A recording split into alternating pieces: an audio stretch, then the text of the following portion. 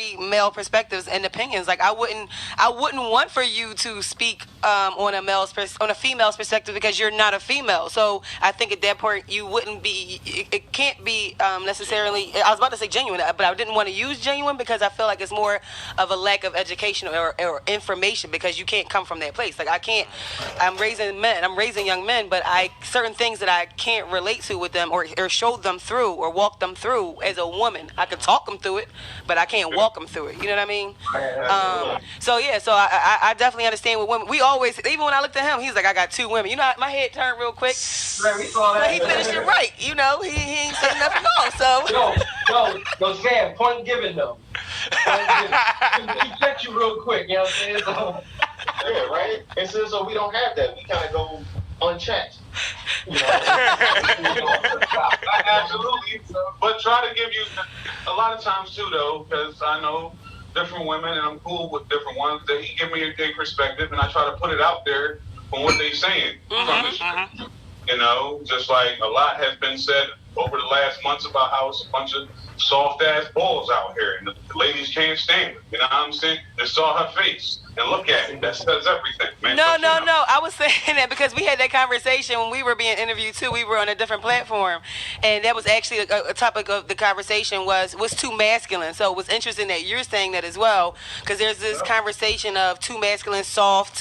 What is masculinity? So it was just interesting that you brought it up. What is toxic about masculinity? It's all type of like they moved the goalposts.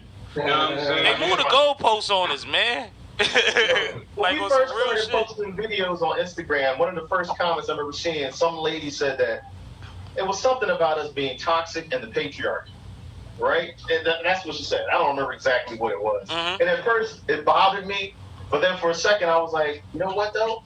You must have said something provocative. Now we got people talking about it in the comments. So I was like, we're just going to keep doing what we're doing. Right. She's entitled to her opinion. She can feel however she wants to feel. And appreciate your opinion. And we appreciate it. Yeah, like we had to go back and forth in the comments. But at the day, it's like, I definitely respect your opinion. I appreciate you coming to the page to voice your opinion. That's all. What is it? Like, you could be doing literally goddamn anything in the world, but you took 30 to 60 seconds to type back to us because the nerve was hit and triggered you to the point where you wanted us to know you how check salutations to you. You know what I'm saying all the time. You know what I mean? You saying right. You know what I mean? No, but I mean it's a real thing. Like, and please, anybody that's watching this, like, comment, subscribe on anything that we or they have going on, please, because we can utilize it. We're growing while we're doing these things. We're growing as people. We're growing as broadcasters. We're growing as friends and family members while we doing this shit. So even if I might say something that's too crazy, or I'm being honest about how I feel at that time, and I could grow from that. Once I put it out there, you could teach me another perspective, and I could find a balance in that for myself. But like. But people don't want to let you grow. It's like you watch Charlemagne for years be the biggest asshole intentionally in the world. But now when he's doing things for the greater good and he's talking to the right people the right kinds of ways, people are still giving him the asshole tag like he hasn't changed anything. But we've watched him grow as a media personality at the biggest level. No, it's wild to use him because... And how you just said that is how I felt with the growth with him. Yeah. Couldn't stand his ass back in the 99 days, Wendy Williams and all that shit. And, then the crazy shit that was up in New York. But then once he got to kind of step away and kind of get into his bag with them and do different things, now it opened up to something else. And it's like, all right. And you know how you have you on the mental health and everything like that. So, no. He was deep in the gimmick. Yeah, he sold it too much. Over to try to get this reaction, whether it be good, bad, or indifferent, and it was mostly bad. But, I mean, controversy sells just like death, according to Kiss. So, as much as you can be that villain and people want to see you just so they can want to strangle you, as long as it's consistent, then there's going to be some money behind it, and you evolve. Like, you need that gimmick to get put on, but once you're on, you kind of want to show more of your actual self. Right. And what you talking about is the Howard Stern effect. Yeah, Howard Stern effect. 50% of the people that tuned in to Howard hated him. 50% loved him, but they all tuned in, and he got paid off for all the motherfuckers. But what Charlemagne used to say all the time, and I think it was at a time when he started trying to correct himself, was he used to always say, "Be careful not to become a caricature of yourself." Yeah. And that was when he was ODing with the gimmick, like y'all said. That he realized, like, now I'm just a clown out here, and there's no substance to this shit at all. Right. And you gotta live with that shit daily. See, that's the difference. What we got in our platforms, it's cool. Like, see me in the streets. I'm good. I'm who I am. So what's up? You know what I'm saying? Absolutely. Like, that's how I feel about it. Ain't shit changed. Thank you for the talk. But it ain't gonna be like I'm a whole different other type of person or some type of shit. That's what I don't ever want to contradict. And that's why I always love doing our own shit. You get what I'm saying? That's why we gotta keep it like that. You can't be fake in Philly though. Like you can't. He just said, yeah. You can't be fake in Philly. It's too small. Yeah, no. It's not even gonna go over well. It's gonna be short lived. Like it's just not even going. It's just like something. Yeah. But like you said though, people do need room to grow because we even had podcasts with some more provocative subjects. You know what I mean? And I even stated myself on the podcast, like I might feel this way about a certain subject now at the moment. But that doesn't mean I'm going to feel the same way next year about it or 2 years about it. Maybe if I get more exposure to it, learn more about it, have different experiences with it. You know what I'm saying? So, you know, you do have to leave people that room to grow and to change and evolve to some degree. I mean, that's just what it is. I mean, that's part of life. It's life. That's part of evolution, man. But the followers and the fans, that's what they love, even out of artists. They want to see you grow. They want to feel like they was there with you for the journey.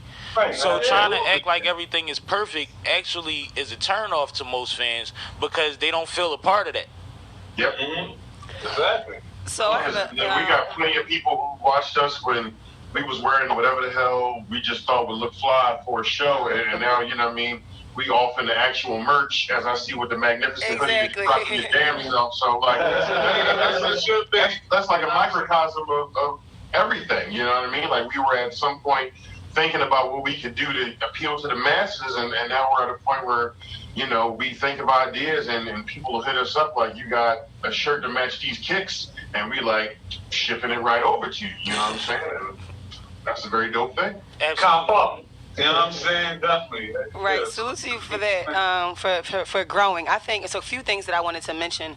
But no, seriously, I think that one thing that people need to be more in tune with is allowing that growth. I think that people hold on to whatever it is from the past, a certain comment, statement, action, whatever it is, and just hold on to that one thing for people and don't look at their growth, their change, their evolution. So I think that's something that people need to be a little more open-minded about. But what I wanted to get your opinion on is, so my background is I'm a fourth-generation editor and publisher, so I've always been in media.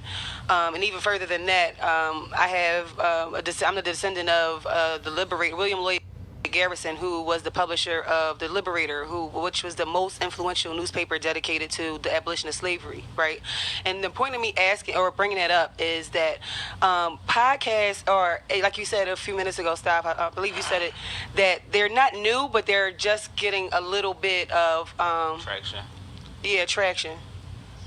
And so I don't know if a lot of people recognize, like, the freedom of press, right? Like, we have the freedom of press and free speech. And so although, like, we can say what we want to say on our platforms, people can take it however they want to take it. But it's our right to those things. So I think that we need to also just remind ourselves that, like, keep that in our mind, that we are also charged with the responsibility of the information that we are disseminating with people, too.